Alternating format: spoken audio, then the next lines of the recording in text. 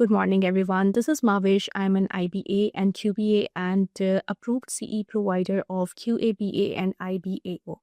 Today, you are going to watch a pre-recorded training session on the topic of from home to destination, evidence-based behavioral strategies for successful travel. Participants who wish to get a training certificate, a CEU certificate, will be contacting and the number given in the video description. And after a quiz, they will be getting their certification. So let's begin.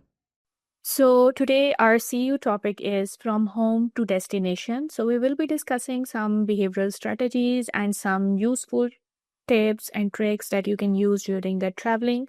So first of all, I would like to introduce myself. My name is Mavish Gyakat. I am an IBA and QBA, and this will be a general CU, and this will be one CU for the IBAO and one CU for the QBA.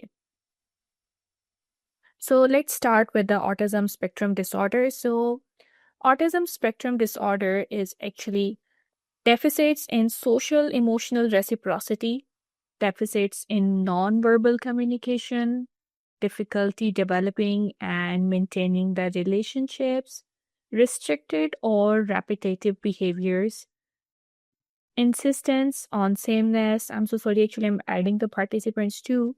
Insistence on sameness. So, because they have the insistence on sameness, that is why they are having the difficulty in the transition from one situation to the other, from one activity to the other, and they have fixations too. Highly restricted in trust. So when we are like they are at home or if they are in their ABA facility or in any institute, so they have usually the structured environment. But when they are traveling, so environment is usually not you can say it is not restricted and it is constantly changing. Sensory hyper or hypoactivity. So like they have the hypo or hyperactivity, but when they are traveling, because there are a lot of changing, there is a lot of transition, so that actually increase their hyper or hyporeactivity. Difficulties with the travel, so preference for the predictability.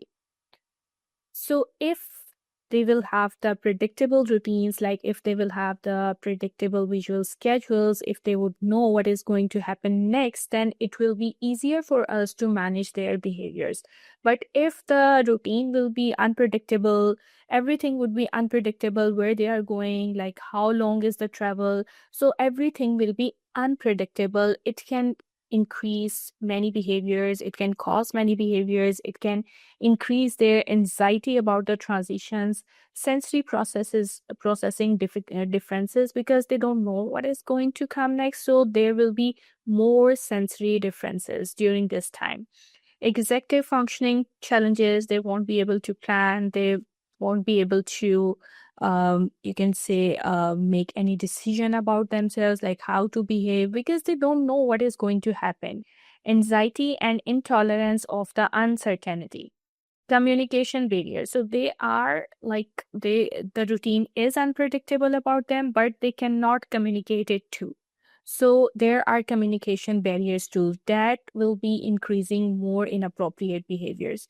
So if there are communication barriers, so we can use the barrier boards of the communication, like how they are feeling, and we can also communicate through visual schedules that what is going to come next, so it will be easier for them to just regulate themselves. Difficulty with the transition. So many kids have difficulty when we are just transitioning from one activity to the other, from one situation to the other. But travel is, you can say it has a lot of unpredictability. There are new people, there are new faces, how long they have to travel. They have to travel by car or they have to travel by air. So it will be different for each time, like every time you will be traveling, so it will be different. So it will be difficult for them to do the transitions or to manage their behaviors during their transitions. Why is traveling difficult for individuals with autism? So there are many reasons for that. Some of the reasons we have already discussed. The other reasons are sensory overload. Like, in airport, there are announcements and they are very loud. There is a constantly changing environment of people. Like there will be crowd, people will be coming, they will be going, they will be sitting, they will be making some noises, they would be chatting. So there will be some kind of crowd and some kind of, you can say, noise level there. Bright lights, airplanes, like engine noise, pressure changes, and new environment like unfamiliar smells, textures, sitting arrangements, food. Sensory overload may result in meltdowns, escape behaviors, aggression, and shutdown responses because they have to regulate themselves. So for that, they can indulge in different behaviors like meltdowns or escape behaviors. Second difficulty is disruption of the routine. Individuals with ASD often rely on the structured schedules. Like if you don't have like if you don't have the visual schedules for them, still they have a structured routine. Like they know in the morning they have to get up, they have to follow their morning routines, then they have to dress up themselves, they have to do the breakfast, and they have to go to school. Then after school there will be lunchtime, bath time, and then they will be going to their um, ABA facility. They will be taking the sessions, and in the evening they will have 1 or 2 hours to play freely or going to the park or something like that. So they usually have the structured routine and they are used to that routine. Familiar environments like the school environment is familiar for them. The ABA therapy center is familiar for them. If they are going to the same park or to the same play area daily, then that is also familiar for them. Consistent reinforcement systems. So during therapy, we are providing them reinforcement on different schedules. Like it is different for each kid, but we are providing the reinforcement and we are consistently providing the reinforcement, even if it is FR1, like the continuous reinforcement schedule, or if it is FR5, like we are giving them reinforcement after 5 trials or might be 10 trials, but there is a communication system in place and we are providing them reinforcement. Same goes for home and the other environments. So when they are traveling, their routines usually get disrupted. Their sleep patterns are disrupted because sometimes we have to go to the airport early in the morning, or we have to leave early in the morning or late at night. So there will be some changes in the sleep schedules. There will be changes in the mealtime routines according to our schedules. Therapy consistency and reinforcement availability, like how much reinforcement you are giving them during the travel, that matters. Like if there is no reinforcement, so it will be difficult for you to handle the whole, you can say, the travel time. Why is traveling difficult for the individuals with autism? So, the third barrier is communication barrier. So, difficulty requesting help. Like, as I said, if they are, let me just mute everyone. Okay, yeah, everyone is muted.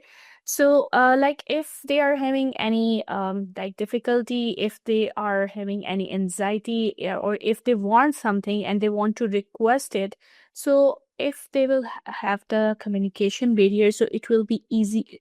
Just 1 minute, let me see the chat box. So if they are having any difficulty and they want to communicate it, because all the behaviors are actually communication. Like if the kid is crying and we as a behavior analyst are doing the functional assessment, so the function can be attention. So might be the kid is looking for the attention. That is why he is showing some inappropriate behaviors. Sometimes it can be escape. Sometimes it can be like if they want to request something, it can be any kind of request. Like if they are hungry, if they need water, if they need any like if they need any sensory items, like it can be anything, any activity, or if they are requesting for the information like what's going on, what is going to happen. So if they are unable to communicate these things, so that will add to their frustration because they are confused about something but they cannot communicate it. So it will it will be a negative point while doing the traveling. So we should have something to communicate. Like we should have, like, if it is AAC devices, then it is good. If they are verbal, then we can work on it that they should be using their words. They can use the pictures, like if there is any picture exchange program. And if there is no picture exchange program, then again we can uh make the pictures of their needs. Just 1 minute, there is some disruption. Let me just mute everyone. Oh, yay. Okay. So difficulty requesting help. Next is trouble understanding travel instructions, because this is something new for them. They are not used to this environment. They do not know how to what are the instructions, like if there are any instructions on the mic, if there are any announcements, so what they have to do and when they have to follow those instructions. So there will be something like there will be trouble understanding these instructions. Limited ability to express discomfort. So, as I said, if there is, if they do not have any picture exchange communication program or any AAC device or no other way to express themselves, so it will be difficult for them. So, we should always make something like this prior to the travel, and we should use it prior to their travel. Like if they have to travel next month, so we can use it in 1 month, like we can work on it, how they can express their discomfort, if there is any pain, if they are feeling something, like if they are feeling hungry, if they want water, so how they can express their things. So we have to be prepared for their communication. Otherwise they will communicate, but that will be in the form of inappropriate behaviors. They might be crying, they might be shouting, they might be winning. So instead of that, if we want them to show the appropriate behavior, so we should have something like any mode of communication.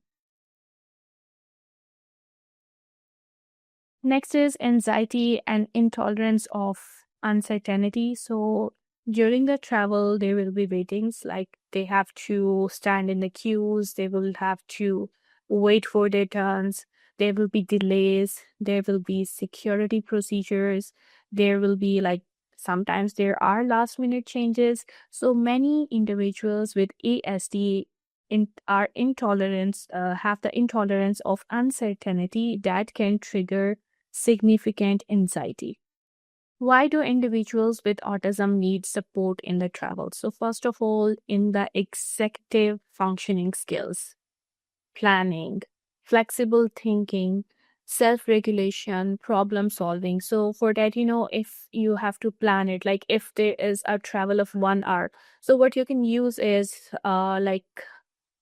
you can use the Google Maps. So it will be showing the time that they will be reaching their destination in 80 minutes, then there will be 79 minutes, 78 minutes. So they will be looking at it and they will be regulating themselves. Okay, so we are going closer to it. So you won't be have to give them the verbal reminders again and again. Okay, this much time is left, this much time is left. So if you would have plan it properly, so it will be easier for them to do the self regulation. You can use any sensory toys during that. You can work on the flexible thinking, like if it is about the choice of seat, like where they want to sit.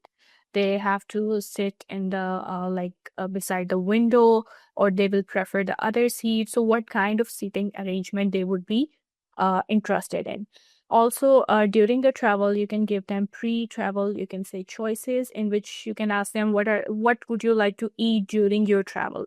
So you can just make a you can just arrange the food of their choice, you can arrange the drinks of their choice, and give them as much choices, like what you want to wear during this time. So give them as much choices as you can.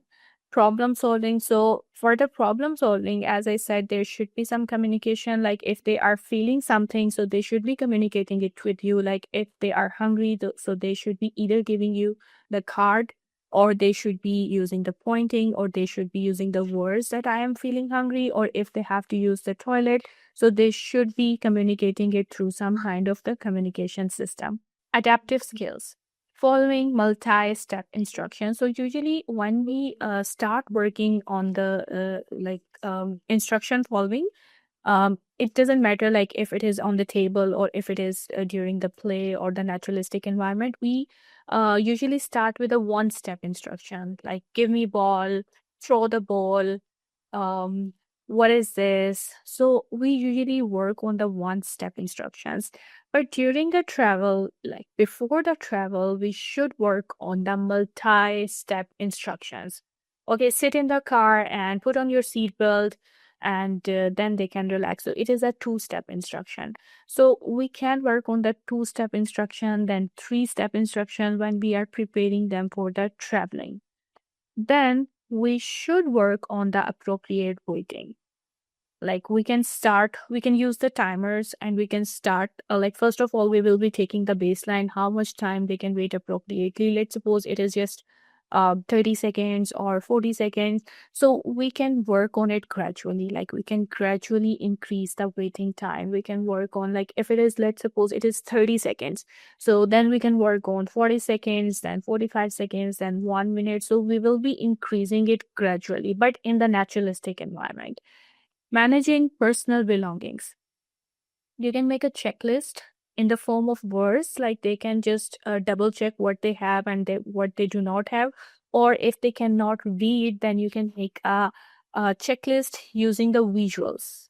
Like if they have their sensory toys, if they have their you can say extra clothes, if they have their favorite foods or drinks. So they should know what they have in their bags and they can manage it. Navigating unfamiliar environment. So how they can navigate with the unfamiliar environment. This is really very important. You should plan it before the travel. Let's suppose if they are going to the other place, so there would be some landmarks during your travel. Like it can be some mountains, it can be some specific areas, and if they are going to a certain place, so that place will also have some specific landmarks.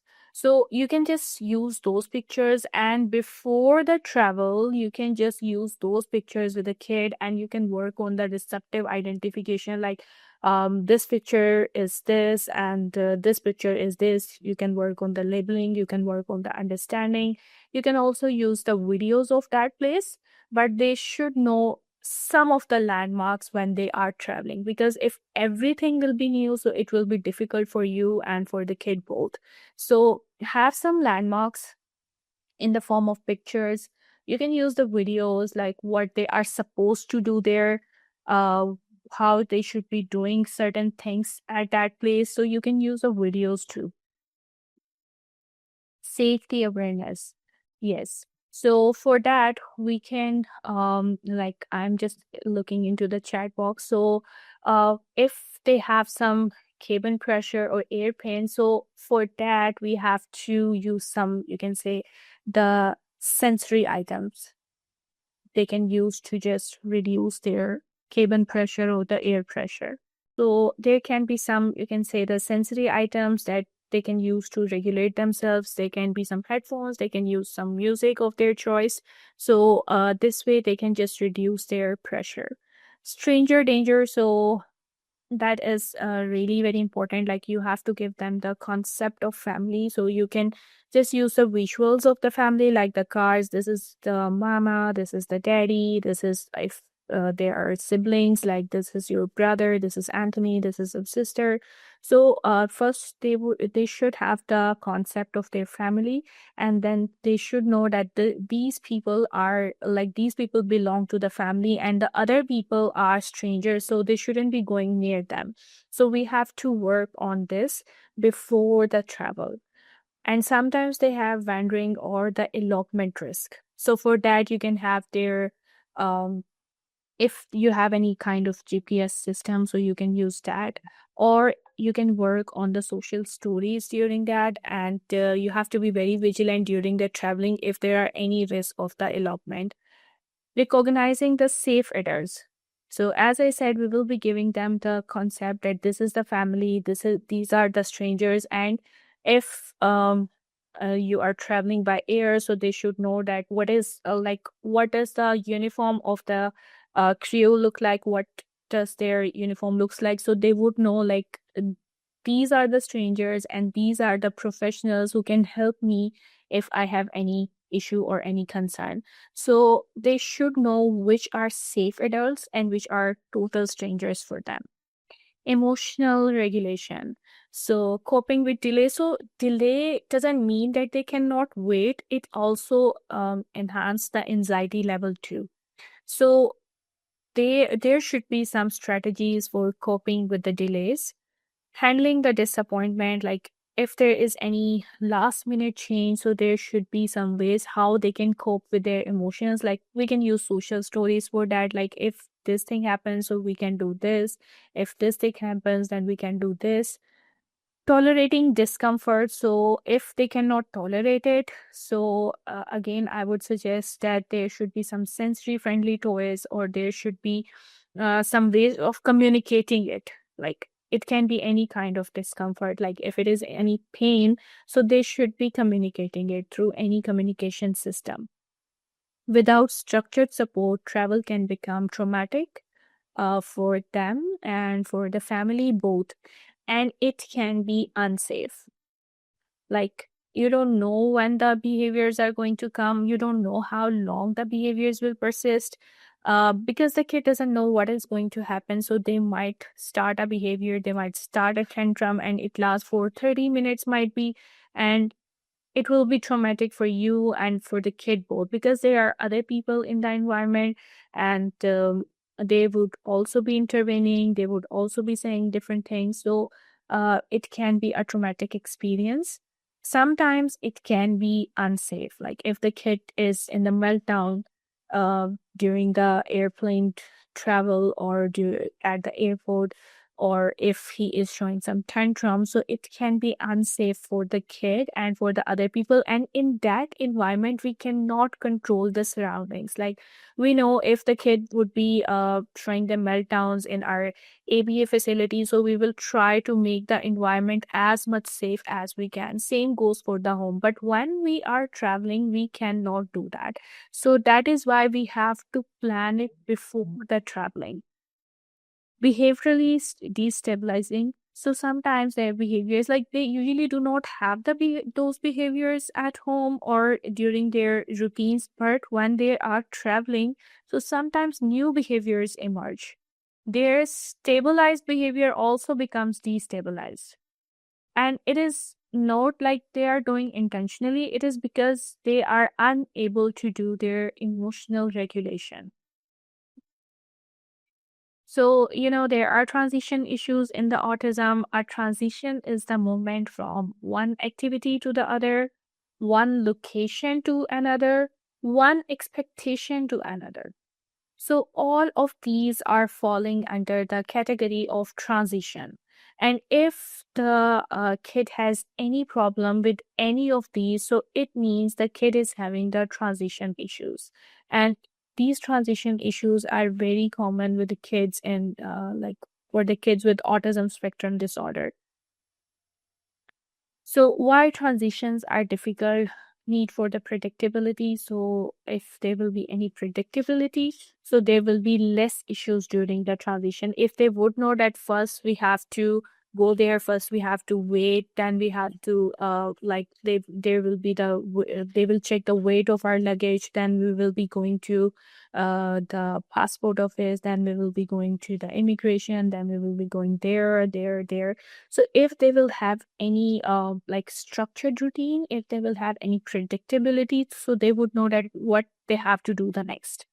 But if they don't know what's going to happen, so yes, there will be the emotional outburst or the unpredictability.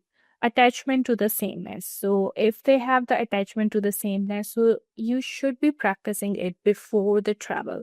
Like what can happen during the travel, you can use social stories, you can use videos, so they would know what will happen during the travel. Difficulty shifting the attention. weak tolerance for the delayed reinforcement. So if there is weak tolerance, so we can work on it. Like we can use timers when we are preparing them for the travel, so they would know that reinforcement would be there after this much time, after 2 minutes, or might be after 5 minutes. So like we will not start with the 5 minutes, we will start with the minimum time like 30 seconds or 1 minute, and then we will be making it delay gradually. So we will be working on it 1 month before the travel. Anxiety about the unknown outcomes. So, if we are preparing for the unknown outcome, so we cannot predict that what kind of stimuli will be there when they would be traveling. So we will try to train them for as much stimuli as we can, but still there, the natural environment is, you can say, it has infinite stimuli. Like some of the stimuli are adding, some of the stimuli are going, so it is constantly changing.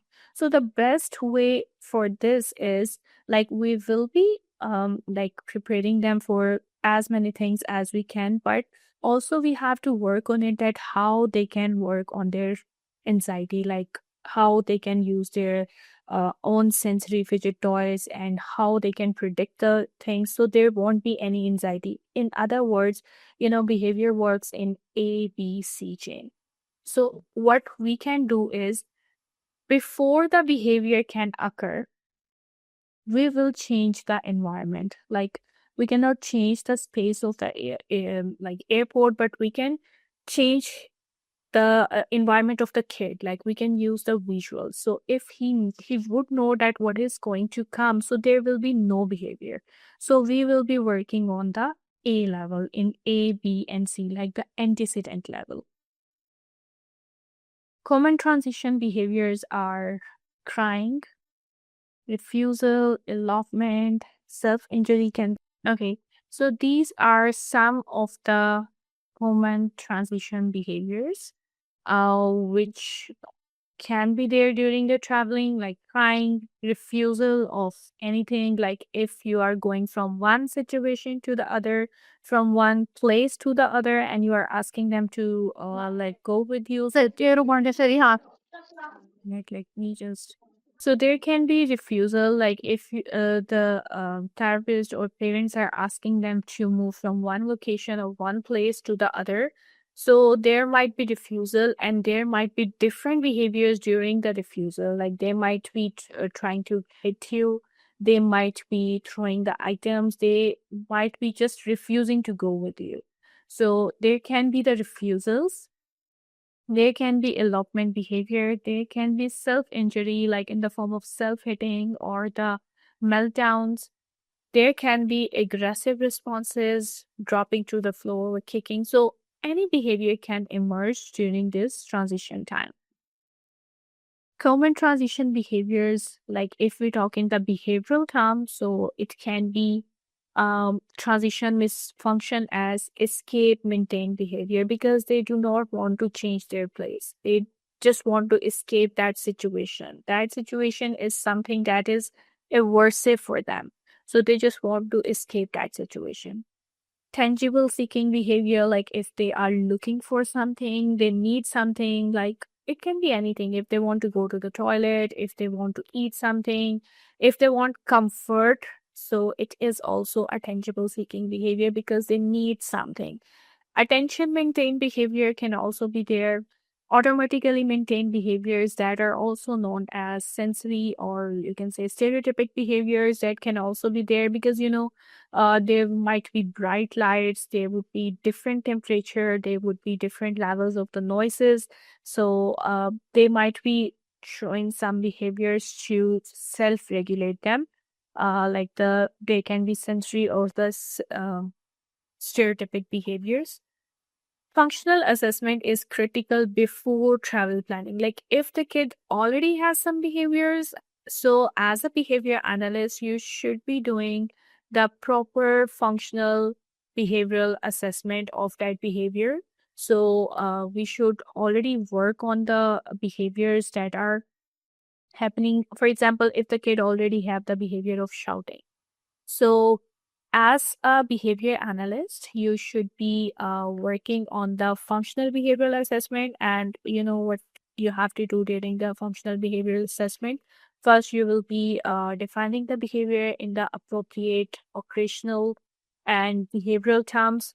Then you will be just taking the data, like the behavior should be measurable and observable.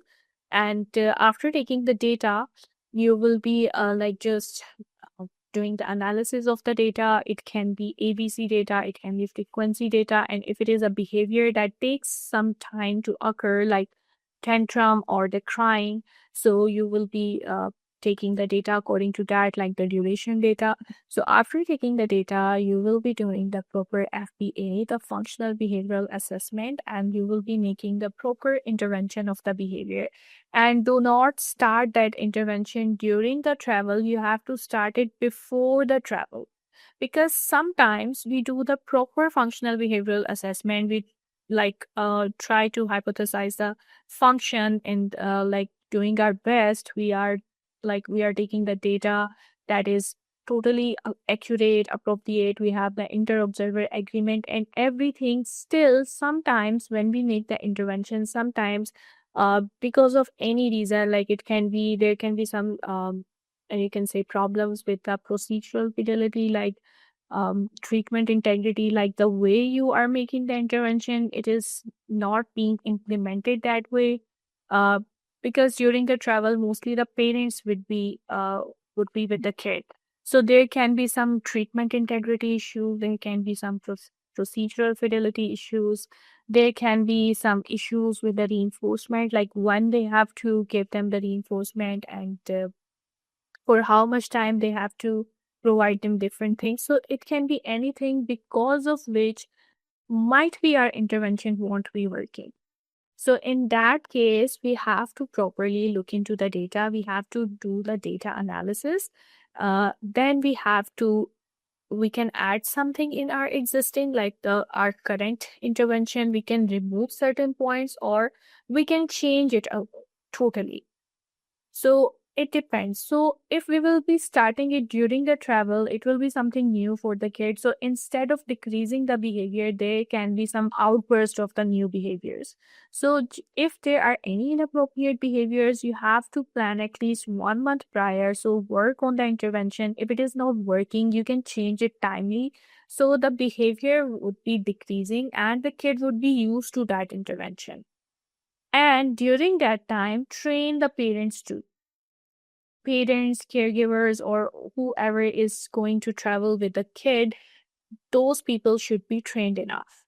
Like what they have to do, like during the travel, if there will be any inappropriate behaviors, what they have to do. Like if you're just making a plan and writing out that you have to use the sensory toys, positive reinforcement, visual schedules. So this is okay, but they do not know how to use that. So they should be trained enough, like how to use these things, and when they have to do which thing, when they have to use the timer, when they have to use the visuals, when they have to do which thing, because they would have the other people, they would have the luggage, so they have to manage everything side by side. So they should be trained enough before the travel. Okay, so before moving forward, there was a question in the chat box by Zilehuma, and she was asking what is elopement. So elopement means like this is usually a behavior of it is not something that is only related to the autism. It can be there in the kids with the ADHD. In this behavior, usually the kids leaves their area without the permission or the supervision, like they would be running away from the safe area, and they would be if it is the ABA institute, then they would be running out of their room. They might be going to the other rooms, or they might be running around in the room. So, if they would be at home, so sometimes they leave the house.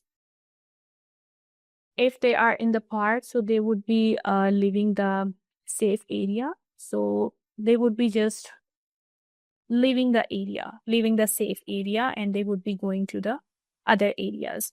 without supervision and without telling anyone or without taking anyone with them. So they would be just going there. So we were discussing the common transition behavior. So next is the tips for traveling with the autism. So when you have to travel with autism, or if any of your client have to travel after a month or after 2 months or in a few weeks, um, so you have to do some preparations before the traveling. Like you can use the social stories, but these will be individualized travel stories. Like if the kid is moving to a certain country, if he is moving to another part of the city or another part of the country, or if they have to go on the vacation, so it will be individualized for each kid, like where they are going. So as I said, you can use the pictures of the specific landmarks of those places. So you can use the pictures. And if they have to do certain things there, then you can just practice it, like the practice of buying the ticket, the practice of standing in the queue, the practice of different, like whatever they have to do in those situations, just practice those so they can generalize it there and use the pictures, use the videos, include real pictures, right? Real pictures of not only the destination, real pictures of the traveling too. Like as I said, during the travel, if there are landmarks that will be there on the way, so they should know that what can be there. Review daily before the departure. Review the social stories daily and review the pictures daily. Even if they cannot like say it expressively, they should know it. What we say is receptively. So they should know, like they should understand this thing, like this is this place and what are they expected to do in that place. So we have to review it daily. Second is visual schedules. Break travel into the steps. Like first we are going there, then we will be waiting. Like you should have the proper schedule. Like you have to, you can discuss it with the parents or the caregivers, like how they are scheduling the trip. Let's suppose if they are using a car. So after 1 hour or 1.5 hour, if there will be any rest area and they would be like stopping there, they would be doing some rest. So that should be included in their visual schedule. That after travel, first there will be a stay or waiting area, and we will be waiting there for this much time. This is the name of that area. You can use the pictures of that area too. So next they would be traveling again, and then they will be stopping at this point. Then they will be traveling there, and they have to do like they are supposed to do this during that time. So they have to make a proper schedule of their travel, use countdown timers. So as I said, if the place is at 1 hour distance, so you can use either the countdown timers or you can just open the Google Maps so they can look into it at how much time is left to reach their destination. You can use first and then boards, like if they need anything and you cannot provide it at that time, so they can, or if they're expected to do something at that time, so you can tell them, okay, first we will be waiting in the row, then after that we will be going there, we will be sitting on the chair, and then we can eat. So you can use first and then boards too. So video modeling. So show airport walkthrough videos. So there are many videos available on internet, or if you can just take them to that place, that is also good. If you can use the pictures or videos, that is also good. Practice security routines at home.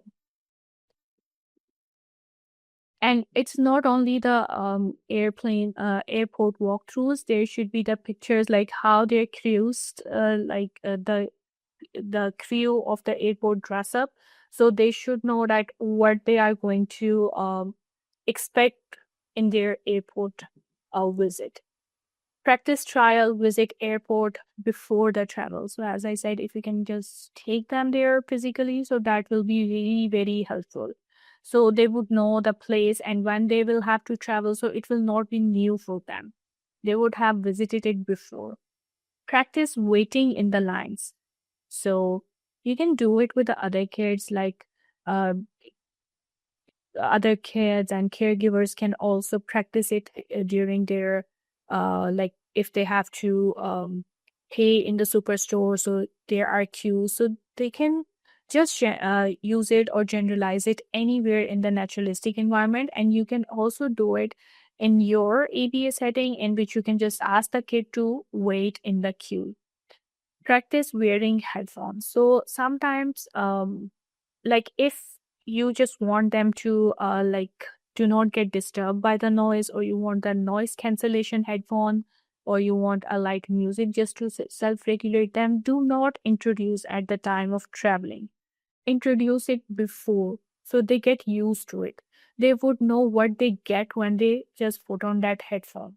So what they get is cancellation of the noise, a light music that can be self-regulating. So they should know what will happen if they will be using the headphone. So then you can use it during the travel. So it won't be a new thing for them. Sensory planning is really very important, like noise cancellation headphones, chew tools if the kid has any issues with the oral motor sensory needs, sunglasses because uh like there will be different times of the day when you would be traveling and the lights in the airport are very bright. So if the kid has any sensitivity with the lights, you can use sunglasses. Fidget toys just to self regulate them, and it depends what kind of toys they prefer. Like if I just talk about the sensory toys, so different kids prefer different kinds of the sensory toys, so you have to look into their preference and then you will be using those toys. Weighted lap pad, so preferred snacks, conduct a sensory preference assessment prior to the travel. So you as a behavior analyst can do a sensory preference assessment, or you can say overall preference assessment, like what kind of things they like and what kind of things they do not like. Reinforcement planning, identify high value reinforcers, because as I said, they will be the environment during the travel will be constantly changing. So if we have to reinforce them during this time, so the reinforcer should be of really very high quality and really very high value. So now what does the high value reinforcer mean? It doesn't mean an expensive reinforcer. It means the high value reinforcer for the kid, for which he should have the high motivation value. That will increase his motivation for that time. So it will be individualized for each kid, and it should be high value reinforcer that will be increasing his motivation, and it will be only for that kid. Like might be for one kid the high value reinforcer is a slime, for the other kid it might be fidget toy. For the third kid, it might be a musical toy. For the fourth kid, it might be something else. So it will be high value, but it will be customized. It will be individualized for each kid. Some kids like reading, so you can use the storybooks. Some kids like writing, so you can use the whiteboard, or you can just take a notebook with them. Use differential reinforcement. So the concept of differential reinforcement is actually we will be differentially reinforcing the behaviors. We will be reinforcing the behaviors which are our target behaviors, like which are desirable behaviors. And for the other behaviors, like the inappropriate behaviors, there will be no reinforcement.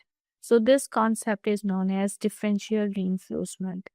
Reinforce small approximations, like we won't be expecting a lot from the kids during the travel, and if they are doing the smaller things, giving the smaller approximations, then we will be reinforcing them. Like if they have to wait in the queue for 5 minutes, so do not wait for the 5 minutes to end and then reinforce them.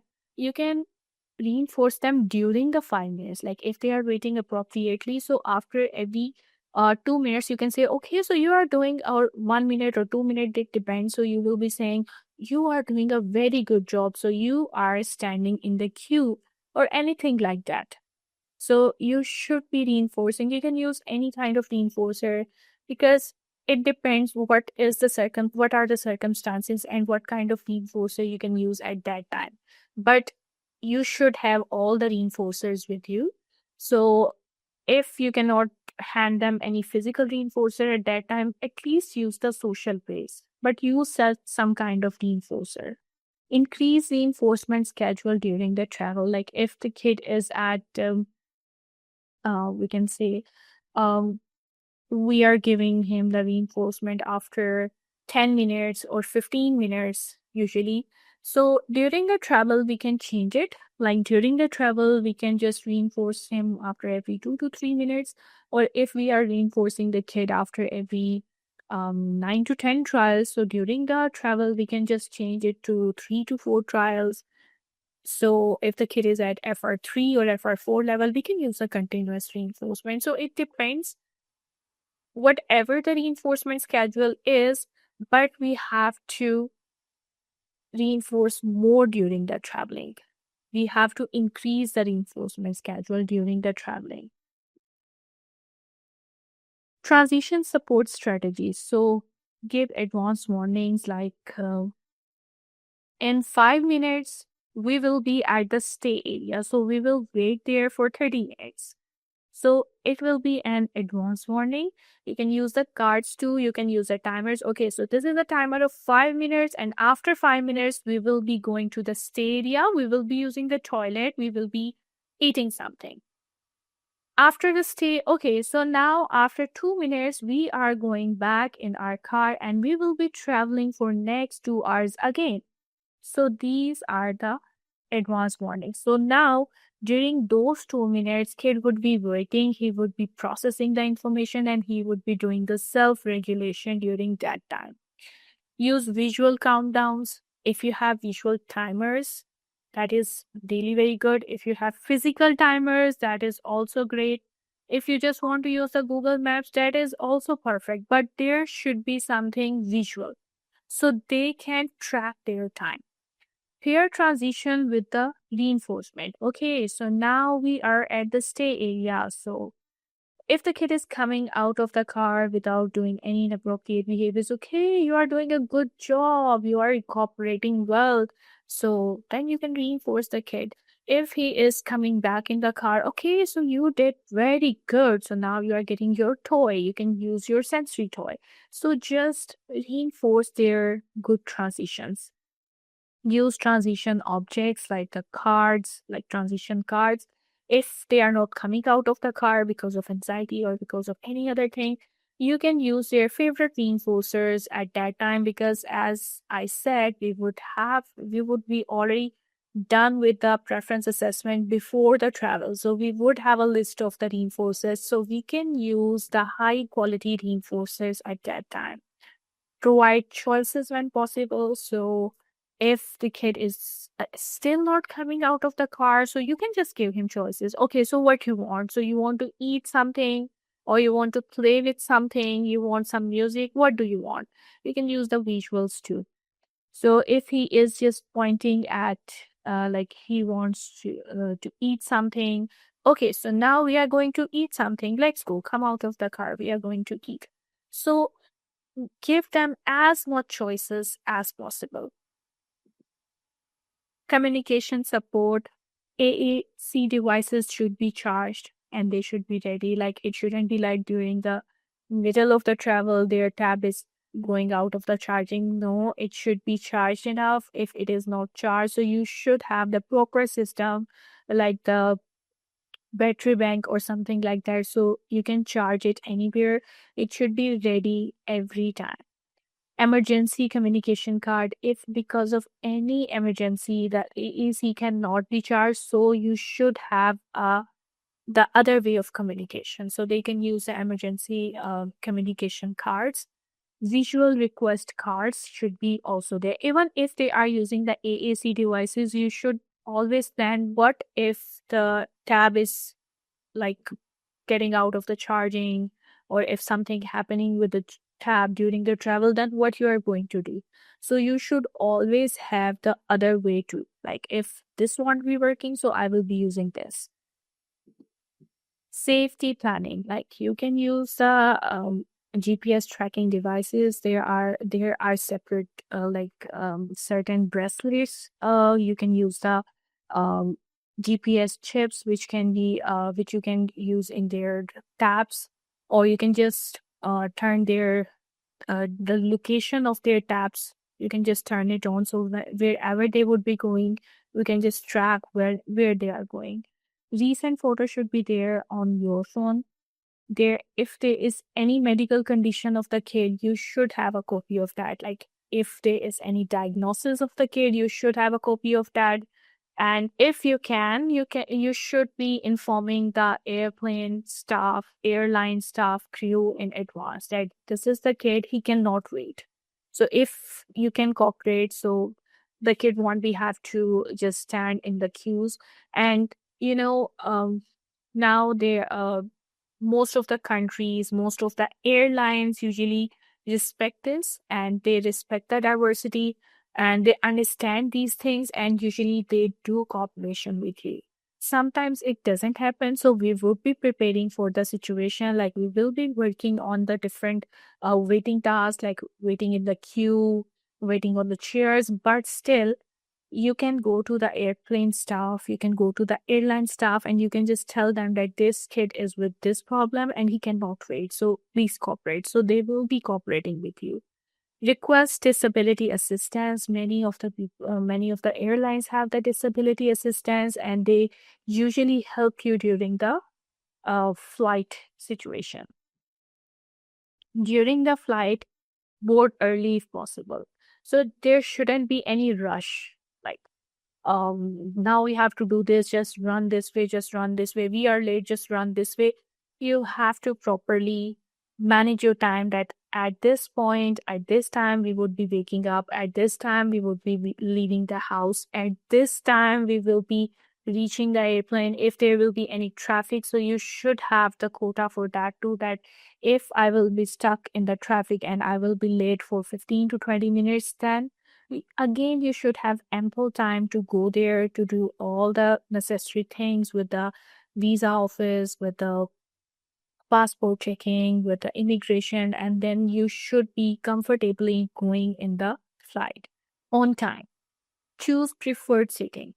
Now again, it is individualized. Might be some of the kids would be preferring the window seat, and others would be preferring the easel seat. So it depends. What does they prefer? So if you do not know, like it is your first time, so you can just ask them which seat would you like to prefer, like where you want to sit. So you can just make them sit at that seat. Offer them frequent movement breaks so they can just roam around with you under the proper supervision, and prepare for the pressure discomfort. So for that, you can use weighted blankets so they can just get the comfort. They can use the weighted jackets. They can use the noise cancellation headphones. They can use the music just to distract them. So there should be something for the pressure discomfort. So role of the behavior analyst. So behavior analyst should be conducting the functional behavioral assessment before the travel. So if the kid is already having some inappropriate behavior, so you should have some intervention in place that is effective, and the parents should be trained enough before the travel. Develop proactive behavior support plan, like if the kid would be doing this, because if even if you have the all the behaviors and all the interventions for all the behaviors, still sometimes some new behaviors emerge because that is a new environment and the kid is not expecting anything. So there can be some new behaviors too. So you should be developing a proactive behavior plan, that if this thing would happen, you can do this. Like as I said, if the bright lights are there, so you can use the sunglasses. If there is lot of noise, so you can use the noise cancellation headphones. So you should make a proactive behavior support plan. Train the caregivers on reinforcement strategies, how they have to reinforce the kid. and for how much time they should be giving them reinforcement, at what time they should be giving the reinforcement. Like if the kid is in the tantrums, instead of using the reinforcement at that time, just work on the reinforcement before that. After every 2 or 3 minutes, give them the social praise. Give them you can say the physical or the tangible items if they like anything.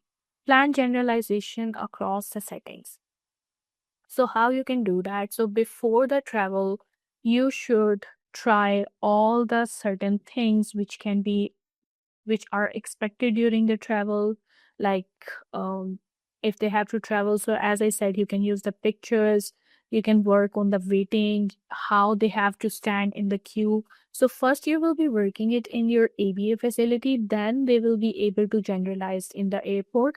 And if you can generalize it in different settings, as I said, you can generalize it in the superstore, or if they have to buy anything for any store, so you can generalize it in different settings.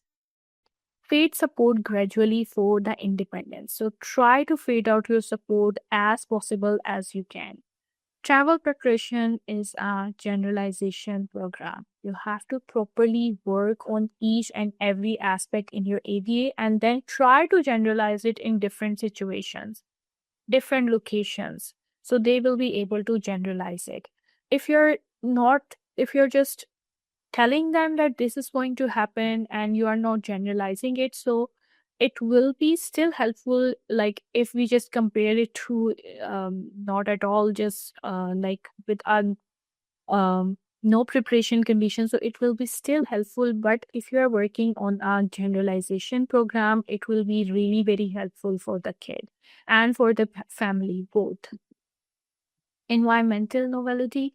So, novelty requires rapid environmental assessment and behavior adoption. For many autistic individuals, novelty is inherently stressful. Novelty means new things, like the thing which they were not expecting, the things which they haven't experienced before. So, because learned contingencies are unclear, they haven't tried that environment. The individuals may not know what behaviors are expected, how long will it last, what reinforcement is available, whether demands will escalate. This ambiguity can increase the anxiety. Travel requires understanding and following the complex multi step instructions, such as checking in the luggage, presenting the identification, removing the items at the security, locating the boarding gates, and responding to the announcements. Individuals with receptive language challenges, receptive language means if they have difficulty in understanding what is being said, or auditory processing vulnerabilities, we struggle with these instructions. Delayed reinforcement. Travel often involves prolonged wait. Waiting is a skill that requires tolerance of the delayed reinforcement. For individuals who struggle with the delay tolerance, extended waiting may evoke escape maintained or attention maintained behavior. So during that time, like if they have to wait for 10 minutes or 8 minutes, so give them reinforcer after every 1 or 2 minutes, or just hand them their sensory reinforcer in their hand, so they will be doing the self-regulation during that time. Social demands. Traveling environments are socially dense. Individuals must tolerate proximity to the strangers while waiting in the queues or in the other situations, physical contact in the tight spaces, and unstructured social noise. For individuals with social anxiety or sensory defensiveness, these conditions may be overwhelming. So when you are preparing the clients for the traveling, you should be making the proper task analysis before teaching begins. The clinician should complete a detailed task analysis of the specific travel context. For example, it's air travel or traveling by the car, packing a bag, riding in a car to the airport, entering the airport, waiting in the line, showing the identification, placing the items in the security bins. So you can make a task analysis like that. walking through the scanners, waiting at the gate, boarding the plane, sitting for the extended duration, exiting the plane, navigating the baggage claim. Each of these steps can be broken down into the smaller observable behaviors, and you can dot it systematically during your ABA. Parents and caregiver training is really very important. Caregivers must be trained in the reinforcement delivery, in the prompt hierarchy, in the transition warnings. Like they can't say that, okay, now after this, we are going to the car. So if you have mentioned it in their plan that they have to use the timers during that, so they should be using that. If you have planned that they would be using the visuals during the transition warnings, so they should be doing that. And it is your duty to train them for that. Crisis response, if there are any unpredictable crises during the travel, so how they can respond. Data tracking. Without caregiver competency, generalization is unlikely. So we know they are not competent, but it is our duty to train them for these things. These are the references, and I know all of the participants are not there. So, all of you who are there who took this CU, you can just leave a message after this class. So there will be you can say a little quiz of 5 questions, and after that you will be getting your certificates. If you have any question, you can ask right now. Excuse me, where should we send a message? It is at the same number you used for the registration. Okay. Thank you. Thank you. Thank you. It is a good platform for learning. I really will learn more for autistic children who have to facing problems in during traveling and all these things. This is a good place of learning. Thank you very much from my side. Thank you so much. And thank you so much for these wonderful reviews. And after reading these reviews, I'm just thinking of doing more CUs like this. So if you will have any idea, like if you will be looking for any certain kind of CVU, just do let me know and message me after the CU. I will send you the form for the quiz. Thank you so much, everyone.